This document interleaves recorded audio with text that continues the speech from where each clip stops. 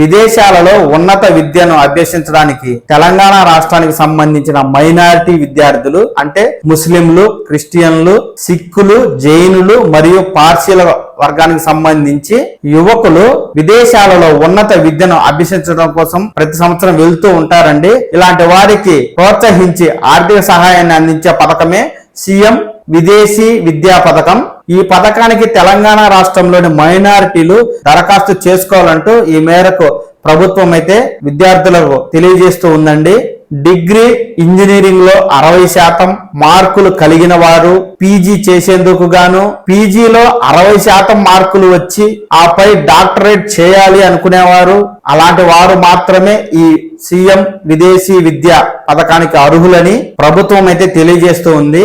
ఈ 2024 సంవత్సరానికి గాను America, Canada, Britain, Australia, Singapore, France, German, Japan, New Zealand, South Korea వంటి దేశాలలో ఎంపిక చేయబడిన యూనివర్సిటీలలో ప్రవేశాలు పొందిన వారు ఈ పథకానికి దరఖాస్తు చేసుకోవచ్చు అంటూ ప్రభుత్వం అయితే తెలియజేస్తుందండి. ఎవరైతే విద్యార్థులు వివిధ దేశాల్లో ఉన్నత విద్యను అభ్యసించడానికి వెళ్తుంటారు కాబట్టి అలాంటి వారికి ఆర్థిక సహాయం చేయడం కోసం ఈ పథకాన్ని ప్రభుత్వం ప్రవేశపెట్టింది. అయితే వివిధ దేశాల్లో ఎంపిక చేయబడిన కొన్ని యూనివర్సిటీలలో మాత్రమే మీకు గనక ఇప్పటికే అప్లై చేసుకుని సీటు గన వచ్చి ఉంటే అలాంటి వారు ఈ పథకానికి దరఖాస్తు చేసుకోవచ్చని ఈ మేరకు ప్రభుత్వ ప్రకటన అయితే ఇస్తూ ఉంది.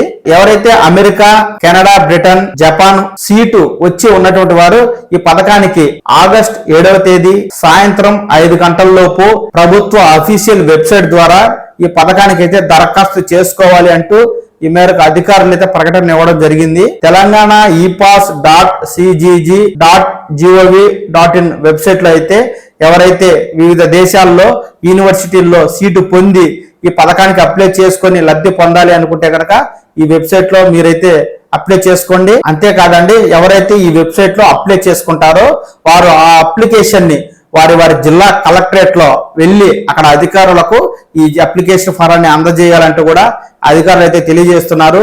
తెలంగాణ రాష్ట్రంలోని మైనారిటీ వర్గాలకు సంబంధించిన విద్యార్థులు విదేశాల్లోకి వెళ్లి చదువుకోవాలి అనుకుంటే కనుక ఈ ప్రభుత్వ వెబ్సైట్ లో అప్లై చేసుకుని ఆ అప్లికేషన్ ని మీరు మీ జిల్లా కలెక్టరేట్ లో అధికారులకు ఇచ్చి ఆపై పూర్తి సమాచారాన్ని తెలుసుకోవడమే కాకుండా విదేశాల్లో మీరు చదువుకునేటువంటి విద్యకు స్కాలర్షిప్ అయితే పొంది ఆ మేరకు ఉన్నత విద్యనైతే అభ్యసించండి.